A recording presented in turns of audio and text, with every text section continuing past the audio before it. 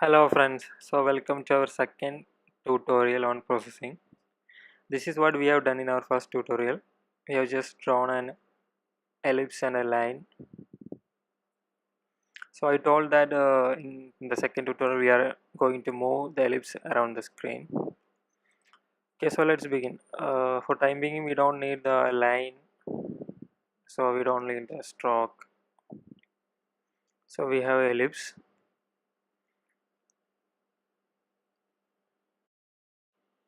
One of the important feature in processing is tweak. If I click it,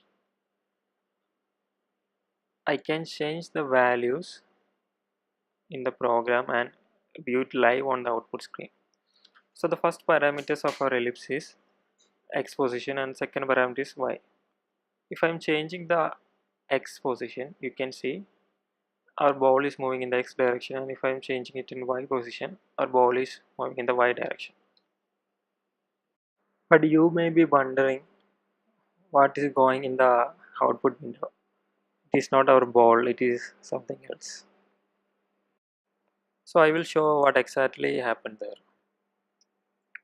This is our ball in the center of our output screen, and when I change the x position, actually that ball is still there and another ball is drawn in the new x position, and it's keep on doing that. Another ball is keep on drawing in the next x positions. So to avoid that problem, what actually we need to do is we need to draw the background above the ellipse again, then draw the ellipse in the next x position.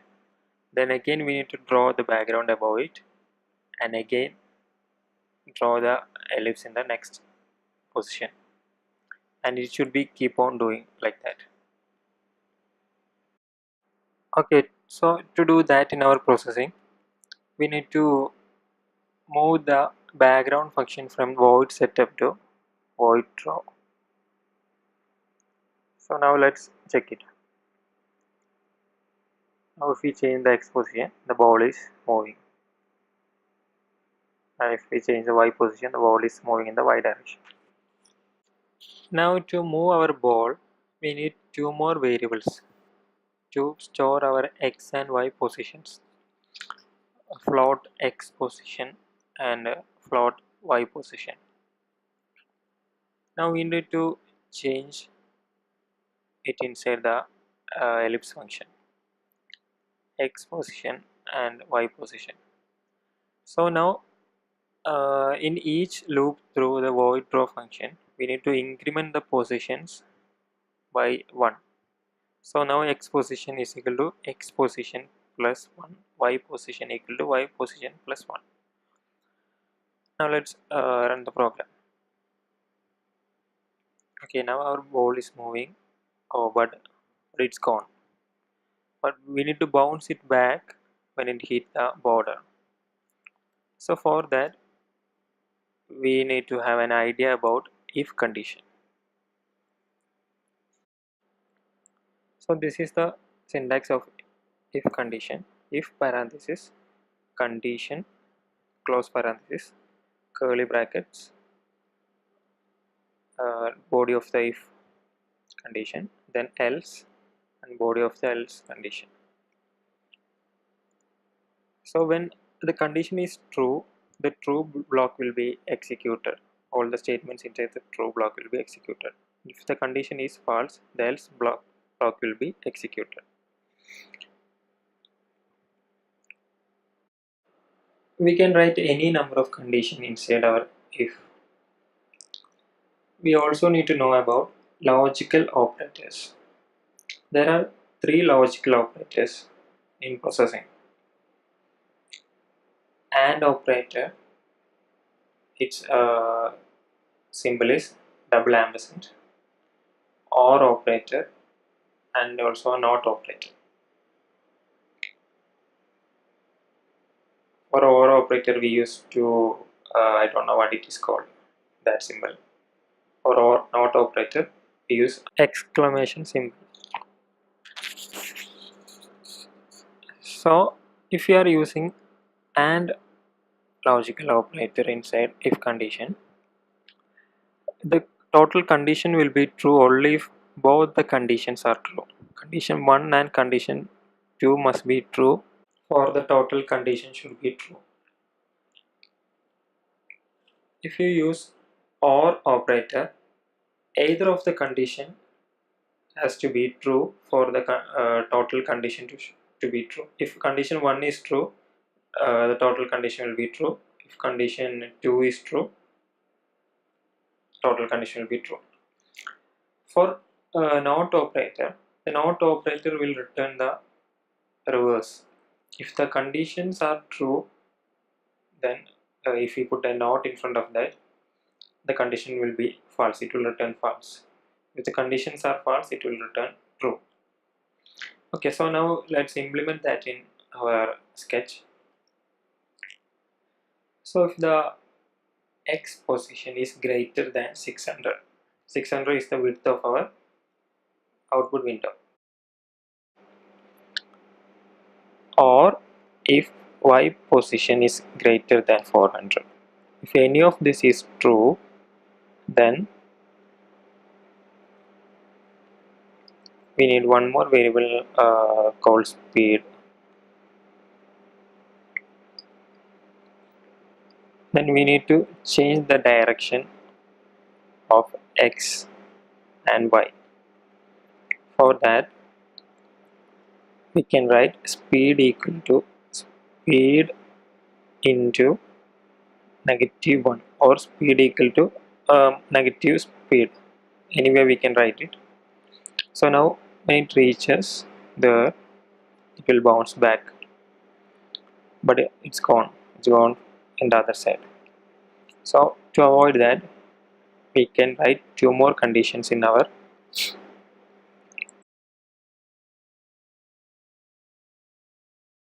X was less than 0 or Y was less than 0. Now run the code.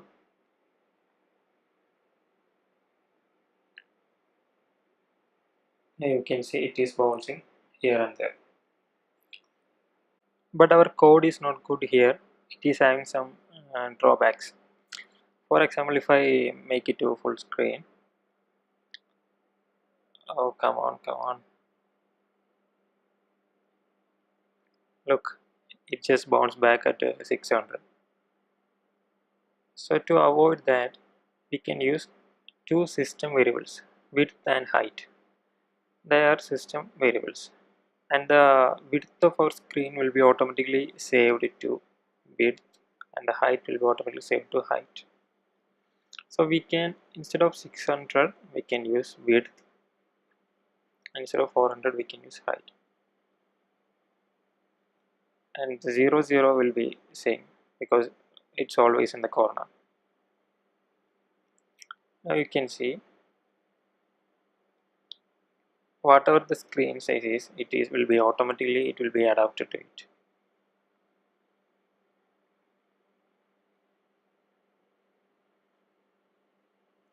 Let me increase the speed of the ball, it's too slow. Now if we made to full screen, oh, it is still too slow. Okay. Instead of writing expose equal to expose plus speed, we can write expose plus equal to speed, which is same as the old statement. For y also we can do that. Y pose plus equal to speed. Now we can run the code. It still works the same. You can see here half of our ball is going outside the canvas. To avoid that, we can use ellipse mode function. By default, the ellipse will be drawn with reference to their center. So we can draw it with reference to their upper left corner. So for that, we can use ellipse mode corner. If we use that function,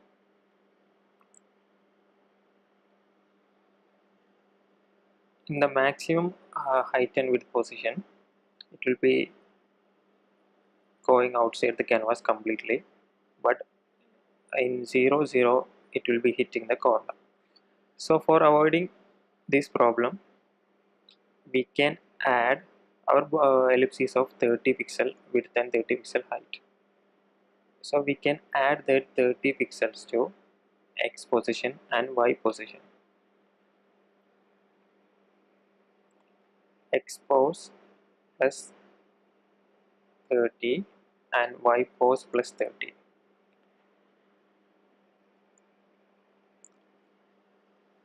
Okay, now it's perfectly okay. Our ball is bouncing at the two corners 0 0 and maximum height comma maximum width. So that's it for today's tutorial. In next tutorial we can add some physics to our balls, some gravity and that kind of options. So thank you for watching, guys. Hope you understand everything. If you have any doubts, please ask me in the comments. And also those who are not subscribed yet, don't forget to subscribe.